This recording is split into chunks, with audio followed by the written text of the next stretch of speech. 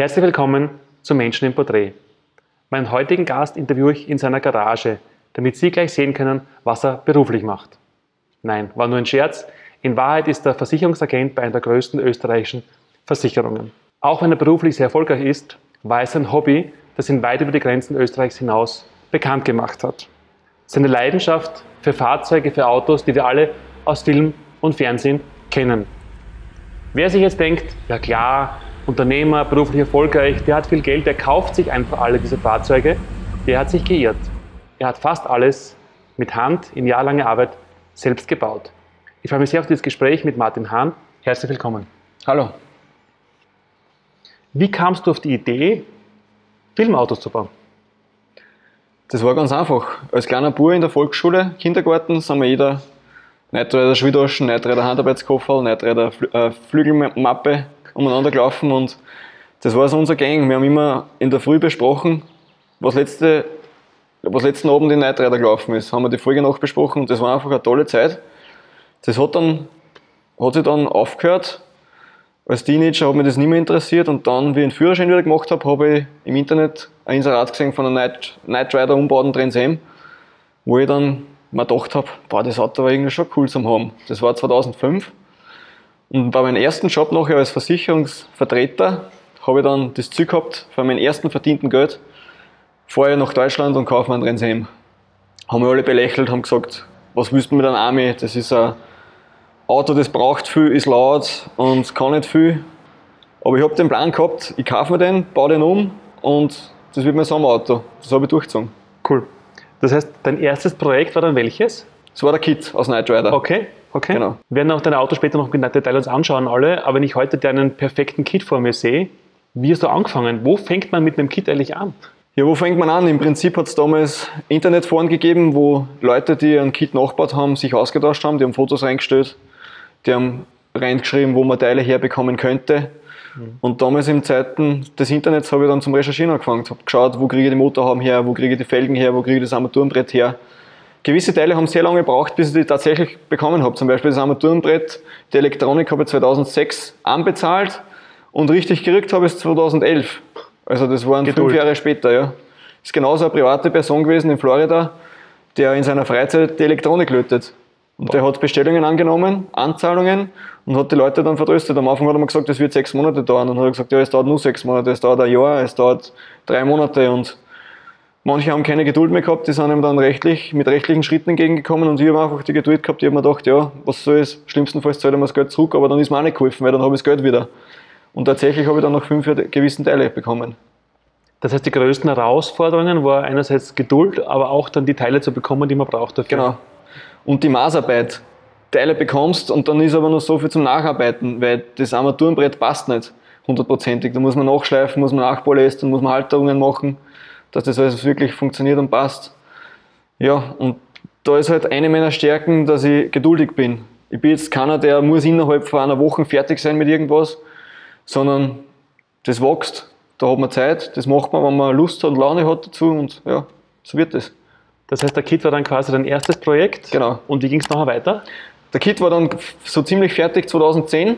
Und dann habe ich mir gedacht, richtig cool wäre ein Bus. Mit dem Kit bringst du nicht viel rein, kleiner Kofferraum, wenn du ein paar Leute bist, ja, ziemlich kleines Auto. Da habe ich mir gedacht, A-Team-Bus wäre cool, habe ich damals auch geschaut, die Serie. Und damals, 2010, ist der Film Das A-Team wieder ins Kino gekommen mit neuer Besetzung und dann haben wir den Plan gehabt, den Bus kaufen wir, restaurieren wir und zur Kinopremiere in Österreich fahren wir dann in die Lugner City. Waren wir dann in Wien beim Richard Lugner auch, haben mit ihm Fotos gemacht beim A-Team-Bus, waren wir bei ihm VIP-Gäste und so. Man trifft einfach so viele Leute, wenn man außergewöhnliche Autos hat, kommt man mit so vielen Leuten in Kontakt und das ist das Schöne an dem Hobby. Cool. Wie viele Fahrzeuge hast du in Summe jetzt bisher in Arbeit? Bisher mit meinen Ersatzteillagern, gewisse Autos habe ich zweimal, dass ich Ersatzteile habe. Wenn ich so schnell zusammenziehe, habe ich 8, 9 Fahrzeuge. Wow. Jetzt haben wir viel geplaudert, 8 bis 9 Fahrzeuge vorschlagen. Zeig mal her, okay? Starten wir los? Ja, starten wir los. Okay. Das ist quasi dein neuestes Werk jetzt? Das ist mein aktuellstes Projekt, ja. Das wird einmal, wenn es fertig ist, das 1966er Batmobil aus der Batman TV-Serie aus den 60er Jahren. Wow. Wie lange dauert der Spaß noch? bis fertig Ja, ist? da geht noch relativ viel Zeit drauf. Also da ist schon sehr viel Zeit draufgegangen. Ich arbeite seit 2 Jahren an der Karosserie. So nebenbei, nicht jeden Tag, aber so nebenbei, wenn ich Zeit habe. Mittlerweile habe ich verarbeitet 50 Kilo Spachtelmasse. Ich arbeite da mit hochwertigen Materialien, also ich möchte, dass das Auto möglichst langlebig ist. Nimm da zum Beispiel Carbon-Kit, der Glasfaser-Kit ist mit Carbonfasern dabei, dass das Ganze eine Stabilität hat und eine Langlebigkeit hat. Wow. Ja. Wenn wir da jetzt reinschauen, ich meine, da fällt ja Ihnen auch noch einiges am Interieur. Ja, Wo bekommen wir die Teile her? Ich meine, Die meisten Teile muss man selber anfertigen. Also es gibt da für das Auto keinen wirklichen Bauplan. Vom Armaturenbrett gibt es einen Anbieter in den USA, Fiberglass Freaks heißt der. Der macht hauptberuflich diese Betonbil-Nachbauten. Und von dem habe ich auch einige Teile, wie zum Beispiel das Armaturenbrett, gekauft. wow. Was speziell ist an dem Auto ist, es gibt sehr wenig in Europa mit Straßenzulassung, soweit ich weiß, gar keins. Das Auto ist ein 1976er Lincoln Continental mit eben diesem Glasfaseraufbau. Und ich hoffe, dass ich es die nächsten 2 bis 3 Jahre fertig kriege. Der Plan ist, dass er 5-Sitzer wird, dass die Kinder dann auch mitfahren können. Und was wir dann später im Video auch noch sehen wird, ist hinten, wie das Boot anhängen. Also ich habe ein Boot dazu gekauft von einer Auktion. Das ist natürlich dann der Burner auf jeden Treffen, oder? Bettmobil mit Bettboot hinten. Geil. Das Auto, glaube ich, kennt jeder aus dem Fernsehen. Ja. Jeder in unserer Generation hat das A-Team gesehen. Das schaut dann irgendwie fast einfacher zum Nachbauen aus, oder? Ja, es schaut auf den ersten Blick einfach aus. Ich bin aber auch bei dem Auto ein sehr genauer Arbeiter gewesen. Zum Beispiel bei der Lackierung war uns ganz wichtig, dass das keine Aufkleber sind, sondern dass das eine Lackierung mit 2 Schicht ist, also mit Klarlack. Wir haben die ganzen Effekte, also diese Konturstreifen hier, haben wir alles einlackiert. So Klarlack in Mengen aufgespritzt und dann alles zurückgeschliffen und dann nochmal alles mit Klarlack überzogen. Was auch speziell ist, die Reifen und die Felgen. Die Felgen sind seltene Felgen aus Kalifornien, aus Los Angeles habe ich die endlich gefunden. Die sind in den 70er, 80er Jahren produziert worden und die muss man richtig finden, in der richtigen Einpresstiefe, Lochkreis und alles. Da habe ich lang gesucht. Schaut echt aus, ja? Echt wirklich extrem original aus. Das Auto ist ursprünglich in Österreich gelaufen und mir war wichtig, dass das Auto einen Rahmenbügel eingetragen hat und einen Heckspoiler. Okay. Und natürlich die 2 Kriterien schränken die Suche extrem ein. Ja. Den Rahmenbügel habe ich dann modifiziert, dass er exakt ausschaut wie im Fernsehen. Sonnenblende ist auch speziell und sonst war das Auto eine Restauration. Innerhalb von 5 Monaten haben wir den komplett zerlegt und neu aufgebaut. Wow. Kann man auch reinschauen einmal? Ja, kann man reinschauen. Wow. Ja, ist ein sehr geräumiger Bus. Wir benutzen ihn hauptsächlich, wenn wir auf Events fahren, dass wir hinten schlafen können drinnen. Ja, und es ist halt das ideale Zugfahrzeug. Man kann 2,2 Tonnen anhängen. Von der Anhängerlast her kann ich da jetzt von meinen Filmautos ziehen. Wow. Außer den Ghostbusters, der ist zu schwer leider, aber sonst geht alles. Okay. Natürlich, was ich auch immer mit dabei habe, ist die Mr. T, die BE-Maske. Wenn mich einer überholt und sagt, hey, du schaust überhaupt nicht aus wie der BE, dann setzen wir schnell die Masken auf. Da fällt nur das Radio um, gell? Genau, CB-Funk. CB-Funk, Innen habe ich ihn mehr funktional gemacht. Also ich habe logisch. Eine unklappbare Rückbank eingebaut, dass es funktional ist. Im ärgsten Fall haben wir schon zu 5 drinnen geschlafen, wenn wir auf Festivals waren oder Konzerte. Cool. Ein Stück Fernsehgeschichte. Genau. Auf zum nächsten. Schauen wir uns das nächste an. Das kommt mir auch sehr bekannt vor. Da muss ich an Dark Knight denken jetzt, gell? Das ist richtig. Das ist das bekannte Batpod aus The Dark Knight und The Dark Knight Rises. Mega, wow. Wie lange hast du den gebaut jetzt? Ist er fertig? Ja, ich bin gerade mittendrin am letzten Endschliff. An dem Batman-Motorrad arbeite ich seit mittlerweile 2,5 Jahren. Der Grundrahmen ist komplett aus Aluminium, also es gibt bei dem Fahrzeug nicht wirklich was zu kaufen. Das muss man alles selbst anfertigen. Beim Rahmen hat mir ein Freund geholfen, der ist komplett aus Aluminium. Ich wollte das Ganze einfach leicht haben und dass das auch wirklich fahrbereit ist. Das war mir wichtig bei dem Motorrad. Fahrbereit? Das kann wirklich fahren, das Ding? Ja.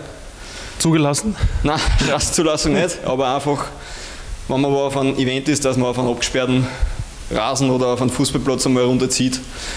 Motor ist ein Briggs & Stratton 600 Kubik Motor, der ursprünglich in einem Rasenmähertraktor Verwendung findet. Der befindet sich unter dieser GFK-Abdeckung. Das Ganze wird dann angetrieben mit Ketten, hinten einer Welle und hinten wieder eine Kette, die dann das Hinterrad antreibt. Hinten habe ich eine Bremse eingebaut mit Bremszylinder vorne. Die Griffe, die sind von einer Honda 600 Motorrad. Und die ganzen Kunststoffteile habe ich im Winter 2017 auf 2018 in langen Winterabenden habe ich die geschliffen, polyestert. Also die Grundform funktioniert so bei den vorderen Teilen, wo die Maschinengewehre montiert sind, nehme ich Brunnenschaum. Brunnenschaum hat den Vorteil, dass er, wenn du GFK-Matten, Harzmatten drüber legst, dass das Ganze nicht schrumpft. Was heißt GFK? Glasfaserverstärkter Kunststoff, das sind diese Harzmatten, diese Glasfasermatten, die in Harz gedrängt werden und dann aushärten. Habe ich drüber gelegt und dann so lange gespachtelt, bis das halbwegs was gleich schaut. Die Rohre vorne, die sind aus Aluminium. Ja, die Endstücke zum Beispiel hat mein Kollege aus Australien angefertigt mit einem 3D-Drucker. Es gibt auf der Welt eine Handvoll Verrückte, die das Motorrad nachbauen, und in Facebook habe ich einen gefunden, der das gleiche Projekt laufen hat wie ich, und der hat mir diese Endstücke angefertigt. Und momentan bin ich gerade dabei, dass ich den letzten Schliff, da mache ich da seitlich so Luftdrucktanks. Da habe ich da diese Endstücke, die hat mir auch der Kollege aus Australien angefertigt. Und da kommen dann diese zwei Rohre drauf. Und das Ganze wird dann da rein montiert. Wow. Ja. Das Ding fährt wie schnell? Oder kann theoretisch? Also ich bin bisher zweimal vom Hänger rauf und runter gefahren. Ich habe mir ehrlich gesagt noch nicht recht schnell fahren traut damit. Verstehe. Weil so viel Arbeit drin steckt. Ja. Und wenn es mir damit herhaut, einfach extrem viel Arbeit beim Teufel ist auf gut Deutsch. Ist leicht Balance halten damit? Ja, ich habe es gut ausbalanciert. Also es ist vom Gewicht her, geht es relativ gut. Die Lenkung, also ist voll lenkbar mit den Unterarmen, kann man links, rechts lenken. Federung ist auch montiert. Also, wow. Ja. Tolles Stück, ja? Auf alle Fälle. Wow. Das Original Petpod ist 2016 oder 2017 versteigert worden, ist raufgegangen auf 240.000. Wow. Also wenn du das Originale haben möchtest, das hat ca. 10% davon gekostet. Wow. Aber ein tolles Stück. Schaut ziemlich gleich aus. Bleiben wir gleich Thema Batman, da hast du das nächste Schmuckstück drüber stehen. Ja. Das Ding ist nicht selbst gebaut. Das habe ich 2017 im November auf einer Auktion ersteigert. Das Original? Nein, es gibt ein Original Batboot, das ist in Amerika von einem Texaner umgebaut worden mit einem VW Käfer Chassis, damit es auf Paraden mitfahren kann. Das Batboot ist fahrbereit worden. Okay. Das ist ein 1:1 Nachbau von einem Herrn aus Irland, hat einen gewisser Martin Fillery gekauft von diesem Herrn. Nur blöderweise hat dieser Martin Fillery eine Marihuana-Plantage betrieben in einem alten Nuklearbunker und hat das Ganze eben mit Drogengeld finanziert, hat eine Autosammlung gehabt und unter anderem dieses Boot. Blöderweise ist dann irgendwann sind ihm die Behörden draufgekommen und sein kompletter Besitz, seine Autos, Spielautomaten, Ping-Pong-Automaten und unter anderem dieses Boot ist versteigert worden. Und da habe ich Gott sei Dank den Zuschlag bekommen. Ich wollte einfach, mein Hintergedanke war, wenn ich schon das alte 66er Batmobil baue, dann muss hinten das Batboot als Anhänger angehängt werden. Da geht es gar nicht so sehr, dass ich damit recht viel auf der Donau oder auf einem See spazieren fahre, einfach nur, dass man es angehängt hat und dass man es einmal hat. Aber da denkst du schon weit voraus, weil du hast das Ding ja schon gekauft, bevor du mit dem Batmobil begonnen hast. Das ist richtig. Also auch schon gewusst, die Vision ist da und jetzt kommt die Motivation, wenn das da steht, dann muss ich das Batmobil bauen. Genauso wie es bei so extravaganten Stücken, da geht es nicht darum, jetzt habe ich das Geld, jetzt möchte ich es kaufen, sondern es muss die Gelegenheit bieten, dass jemand sowas gerade verkauft. Ja, klar. Von dem weiß ich in Europa 2 Nachbauten. Wow. Eins hat in England jemand und das zweite ist hier in Österreich. Was hat das Ding gekostet, darf ich fragen? Das Ding ist mir auf 15.000 Euro gekommen. Okay, wow. Ja. Plus Transport nach Österreich. Da sehe ich auch ein Bettkostüm stehen. Genau. Das heißt, das ist dann quasi in deinem Normalberuf dein Arbeitsgewand, gell? Aber dazu kommt später noch. Na, bist du dann quasi auf Veranstaltungen unterwegs damit? Okay. Ja, gern, bitte. Ja, prinzipiell habe ich mir diesen Anzug gekauft, damit ich ihn auf eine Puppe anziehe. Wow. Das ist der Anzug aus dem 1992er Film Batman Returns. Einfach zum statischen Hinstellen zum Batmobil dazu. Einen richtigen Anzug zum Anziehen habe ich noch einen zweiten. Der aus Latex ist ziemlich steif und nicht unbedingt hitzefreundlich. Da habe ich einen zweiten anfertigen lassen in Kanada. Das hat sich einfach so ergeben. Also ich bin nicht der klassische Cosplay-Fanatiker, aber wenn man das Batmobil hat, kommt immer wieder die Frage, wo ist der Batman? Dann habe ich mir gedacht, ja, wenn du das Batmobil gebaut hast, brauchst du fast einen Batman-Anzug dazu. Cool. Stark. Aber es ist ja nicht nur Batman bei dir. Ich habe gesehen, da gibt es ja auch noch ein anderes Schmuckstück. Ja. Wer kennt das Ding nicht?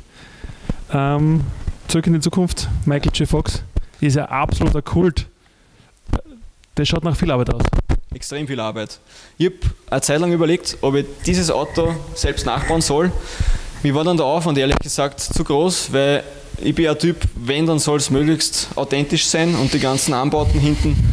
Ich wusste nicht, woher das Ganze verwendet wurde, die ganzen Tanks, Rohre, wie groß die sind. Jetzt habe ich dann zufällig ein Inserat in den USA gefunden von einem gewissen Herrn Danny Botkin, der diesen DeLorean verkauft. Habe den dann angeschrieben und wir sind uns preislich einig geworden und 2014 habe ich den dann aus Los Angeles rüberschiffen lassen. Hast du das gekauft? Ja. Wow. Haben dann aber noch wesentlich verfeinert.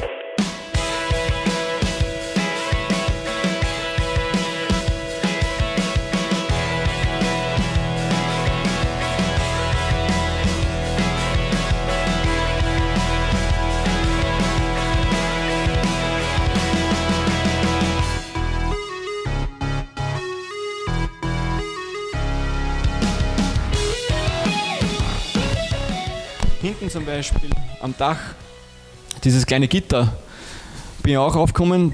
Das ist ursprünglich von einem Pioneer-Lautsprecher aus den 80er Jahren verwendet worden. Das ist das Mittelteil. Also mal zufällig habe ich die Seriennummer runterlesen können am Filmfahrzeug und habe das dann ausgetauscht. Also man wird mit so Autos nie wirklich fertig. Der Vorbesitzer hat richtig Geld in die Hand genommen bei dem Auto, der hat den Original DeLorean Motor, das war ein Peugeot Renault Volvo Motor mit 132 PS, hat er ausgetauscht gegen einen V6 Chevy Motor mit 4,3 Liter Hubraum und ca. 280, 300 PS. Also der DeLorean hat mittlerweile richtig Leistung. Wow. Ja. Fährt auch natürlich? Fährt auch natürlich. Straßenzulassung? Leider keine Straßenzulassung, da müsste ich die Kabel abmontieren wegen Fußgängerschutz. Was ist gefährlich bei dem Ding jetzt? Ja, vorne zum Beispiel, wenn sich ein Fußgänger da an irgendein Kabel wehtut oder ja, Österreich ist das ziemlich genau. In den USA zum Beispiel, in Los Angeles ist er genau so, wie er da steht, rumgefahren mit Straßenzulassung. Wow. Die Amerikaner sind da etwas toleranter. Wie geht das Ding auf? Schwarzer Hebel in die Höhe drücken, genau. Ich muss kurz reinsetzen.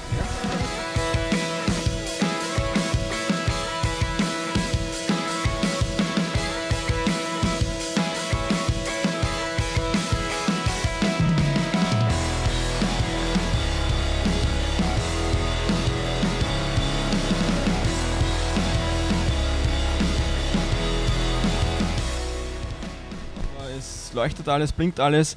Diese Steuereinheit in der Mitte, wo man die Zeit eingibt, wo man hinreisen möchte, habe ich auch funktional umgebaut. Das hat vorher nur statisch geleuchtet, aber jetzt kann man momentan nicht, nein. Aber man kann die richtige Zeit eingeben und alles. Also man wird, mit so Autos wird man nie fertig. Man kann immer was verbessern, was austauschen, anderes Teil gegen was anderes eintauschen. Also es ist ein Endlosprojekt, kann man sagen. Aber der große Vorteil, du kommst in Zukunft nie zu spät zum Date. Richtig, kann man so sagen. Oh, verspätet, ich komme back to the future. Cool. Wow. Ja. Aber die Bandbreite umspannt bei dir, weil ich finde alle Kultfahrzeuge, die es jemals gegeben hat. Gehen wir jetzt nächsten weiter? Schauen wir uns den nächsten an? Ja, schauen wir uns den nächsten an. Das Ding ist ja cool. Wow. Ich meine, da kommen auch wieder Kindheitserinnerungen hoch aus dem Kino. Absolut, ja. Unglaublich. Gekauft oder gebaut? Ja, das Basisauto habe ich gekauft in Texas 2015 von einem Texaner, von einem Immobilienmakler. Das Auto war ursprünglich ein 1959er Cadillac Krankenwagen.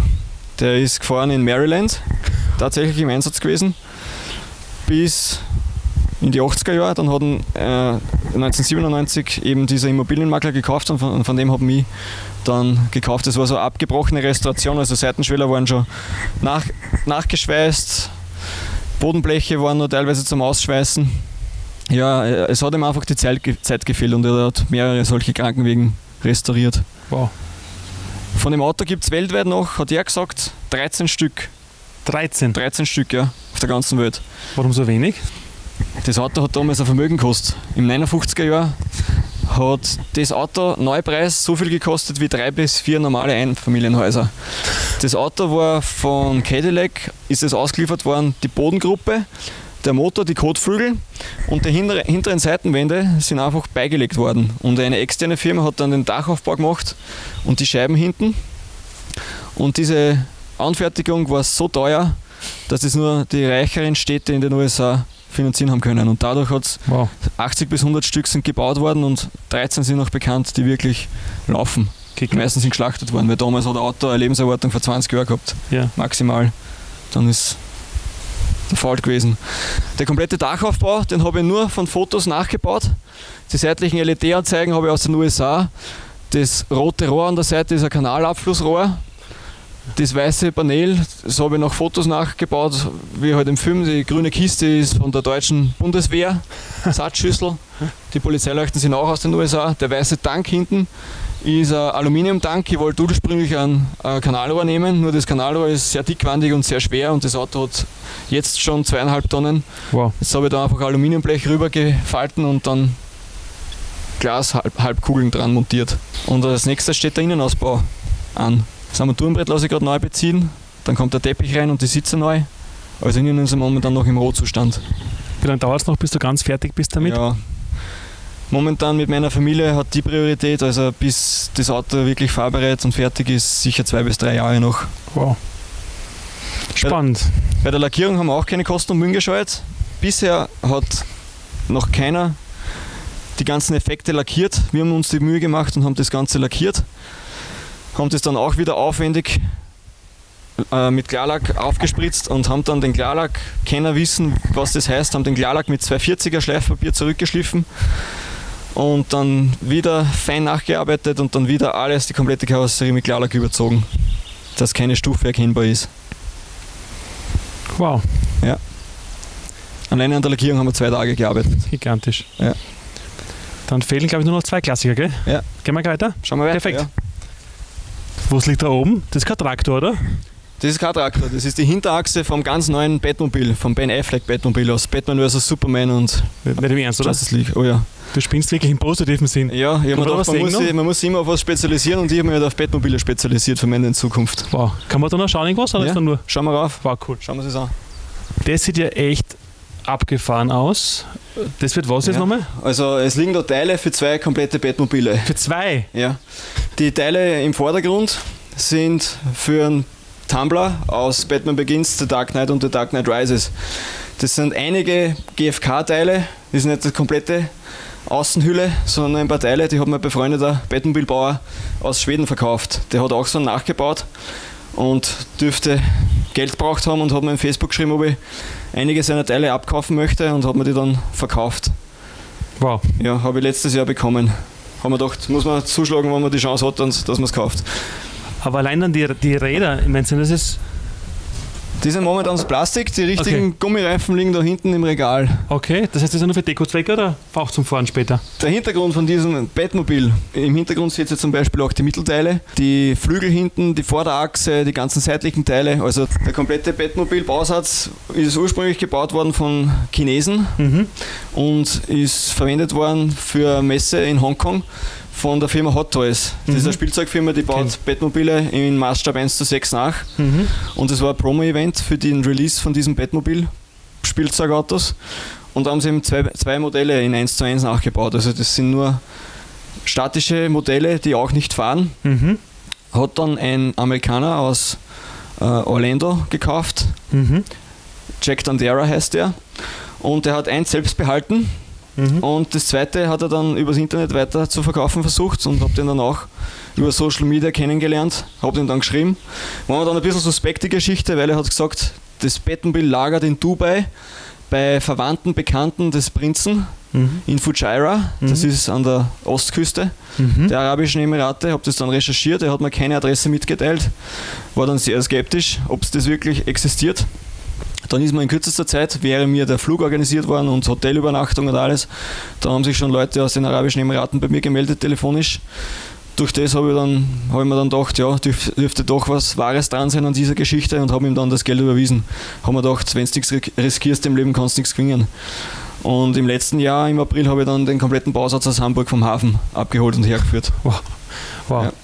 Und das wird auch dann später fahren? Ja, ich habe vor, dass ich da ein Auto drunter baue, mit Achsen, Getriebe, Motor und alles, damit es sich dann auch bewegt. Nur, wie du meine anderen Projekte gesehen hast, das auch noch ein bisschen alt, genau. Aber warum gleich 2? War das gleiche? Du meinst, es sind zwei? Ja, nein, Bausitze. das eine im Vordergrund, das ist der Tumbler von dem Batman Begins, The Dark Knight.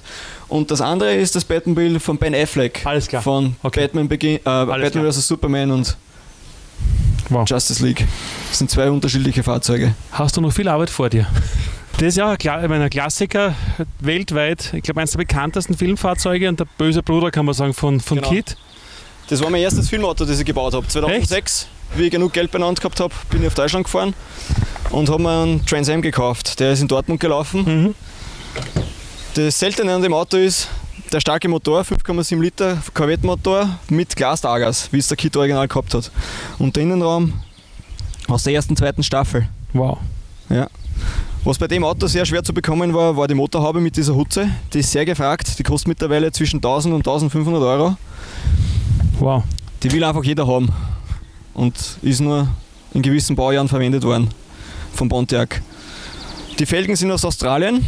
Kenner wissen, dass das nicht die Original-KITT-Felgen sind. Ich wollte mir den Pro Street Look, also den modernen Touch beim Auto haben. Also eine gewisse persönliche Note, habe da 18 Zoll Felgen aufgegeben.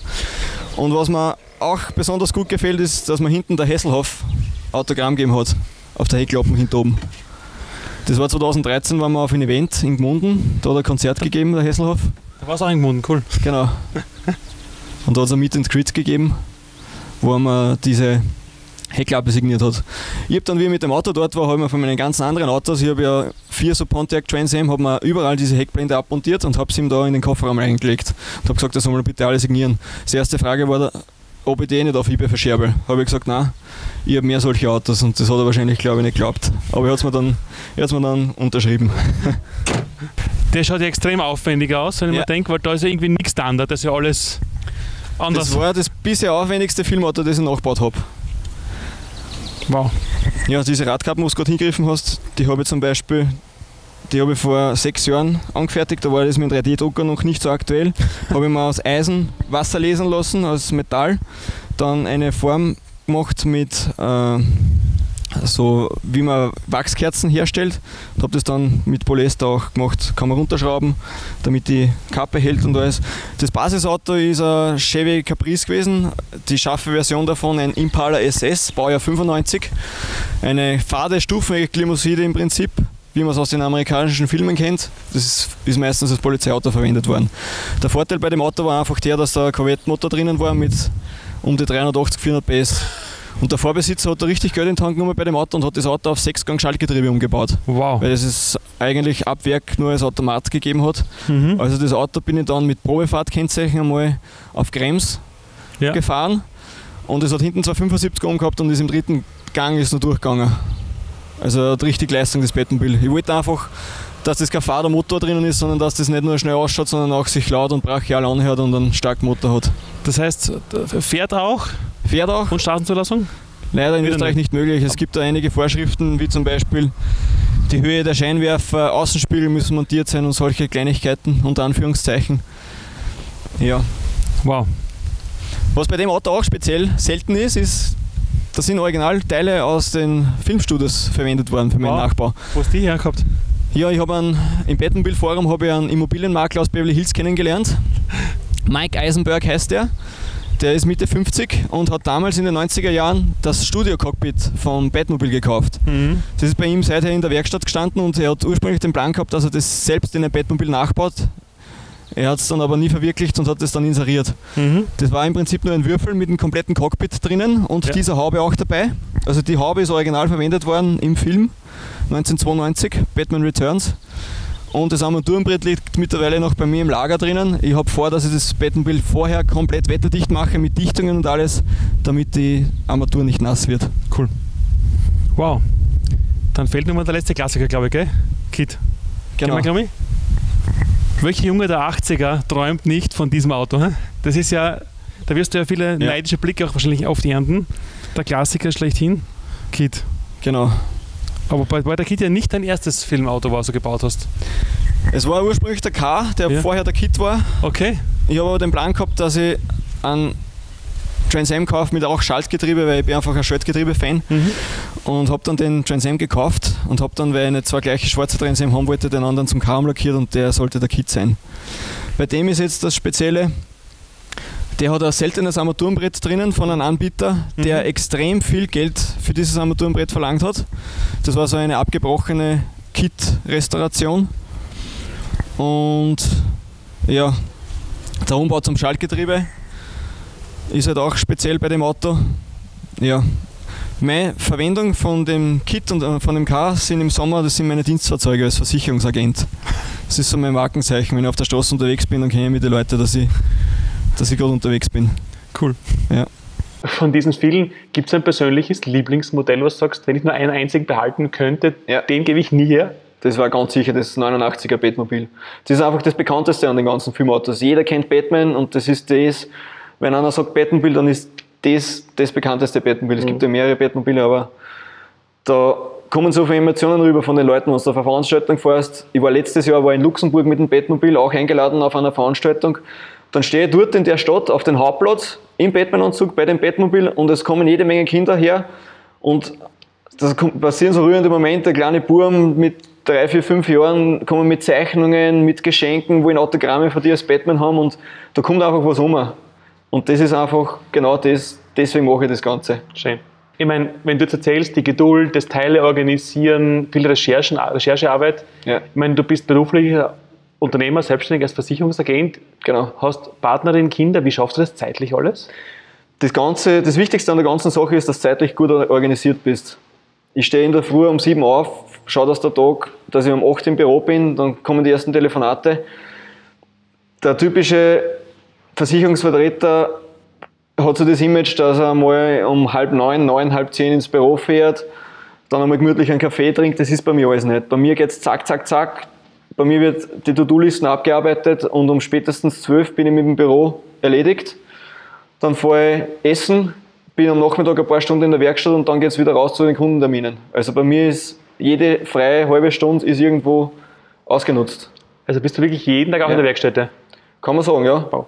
Wie viele Stunden in der Woche im Schnitt? Was sagst du, bist du am Schrauben, Werkeln, Polieren? Jeden Tag sind es sicher 2 bis 3 Stunden. Kann man fast sagen, ja. Wow. Es ist entweder nachmittags oder am Abend. Am liebsten ist mir, wenn ich am Abend nach dem Job fahre ich heim, lege meine Buben nieder, die gehen um 8 schlafen, um 8:30 schlafen sie nach der Gute-Nacht-Geschichte. Und dann, wenn ich schlafen, sage ich Gute Nacht, gebe ihm einen Bussi, sage ich fahre jetzt in die Garage, dann fragt er, Papa, wo fährst du hin? Sage ich fahre in die Garage Batmobil schleifen. Und dann sagt er, ja Papa, viel Spaß, Bussi, dann fahre ich in die Garage, bin um 8:30, 8:45, 9 in der Werkstatt. Und dann bis, solange es geht, halb 11, 11, halb 12, manchmal ist es schon in der Früh geworden, wenn ich was lackiert habe. Aber das heißt, du fährst in die Garage, du wohnst also nicht im gleichen Haus? Nein, ich wohne gleich hinter meinem Büro. Okay. Da wohne ich mit meiner Familie und dann die Garage ist in meinem Elternhaus. 8 Kilometer entfernt. Okay, aber auch in der Nähe zumindest. Genau. Was ich jetzt spannend finde, ich meine, einerseits, du hast, wenn du sagst, wirklich jeden Tag 2 bis 3 Stunden in der Werkstätte, und das über wie viele Jahre jetzt schon? Wann hast du begonnen? Mittlerweile 13 Jahre. 13 Jahre. Ja. Das ist ja unheimliche Konsequenz und Disziplin, dass du auch neben deiner beruflichen Konsequenz und Disziplin in der Freizeit nicht sagst, juhu, Faulenz, sondern auch da das wirklich durchziehst dann. Was ich immer denke, wie das erste Projekt begonnen hat und auch jetzt, du lebst hier in Grafenschlag, in einer ländlichen Gemeinde in Niederösterreich. Wie hat das Umfeld reagiert? Wie haben die Kunden reagiert, dass quasi so ein seriöser Beruf wie Versicherungsberater oder Agent plötzlich mit dem Kind vor der Tür steht? Also ich muss ganz ehrlich sagen, 95% aller Kundenfreunde haben extrem positiv darauf reagiert. Klar ich habe circa eine Handvoll Kunden verloren, weil sie gesagt haben, ja, das ist einer, der fährt jetzt mit einem Armenschlitten spazieren, der extrem viel braucht und ist bei einer Handvoll Kunden nicht so positiv angekommen, aber ich bin ein Mensch, ich konzentriere mich entweder aufs Positive oder aufs Negative. Ich bin einer, der konzentriert sich aufs Positive. Ich habe extrem viele Freunde und Kunden gewonnen dadurch, dass meine Kunden und Freunde meine Leidenschaft teilen. Die finden das cool, was ich mache. Die finden das lässig, wenn ich mit einem Army herumfahre, wenn ich Fotos im Internet poste von meinen Baufortschritten. Und das ist so viel positive Energie, die man selbst ausschreit und die, was man wieder zurückbekommt von den Leuten. Das macht einfach Spaß. Kann man vorstellen. Wenn du jetzt von Energie sprichst, du investierst ja auch sehr viel Zeit und Energie in die Arbeit dann. Wenn du wirklich so am Bauen bist, egal ob du jetzt quasi lötest, schweißt, polierst, was immer du tust, ich bin da kein Mechaniker, in diesem Moment bei der Arbeit, was geht da bei dir in deinen Gedanken vor? Da bin ich komplett bei der Arbeit. Das ist auch so eine Art Energie tanken und aufladen. Also da denke ich nicht über Telefonate oder da denke ich über nichts nach, sondern da bin ich gerade bei der Arbeit, denke, wie kann ich das Teil jetzt genauso aufbereiten, dass es passt. Ja, das ist für mich ist wie Meditieren, kann man sagen. Ich wollte gerade sagen, das klingt fast nach Zen-Meditation beim Arbeiten. Ja. Cool. Das klingt alles sehr erfolgreich im Beruf, auch die Basis natürlich, um dann Teile zu organisieren, auch zu bezahlen. Recherchen, Arbeiten, erfolgreiche Modelle, Ausstellungen, Veranstaltungen, wo dann die Leute deine Werke auch bestaunen. Gab es auf diesem Weg jemals auch wirklich mal einen größeren Rückschlag? Was sagst du, keine Ahnung, jetzt beim Event ein Fahrzeug in Flammen aufgegangen oder irgendein Fahrzeug hat einen Geist aufgegeben oder gab es irgendwann mal auch wirklich, was sagst Dinge, das war damals kaum zu lösen, das Problem?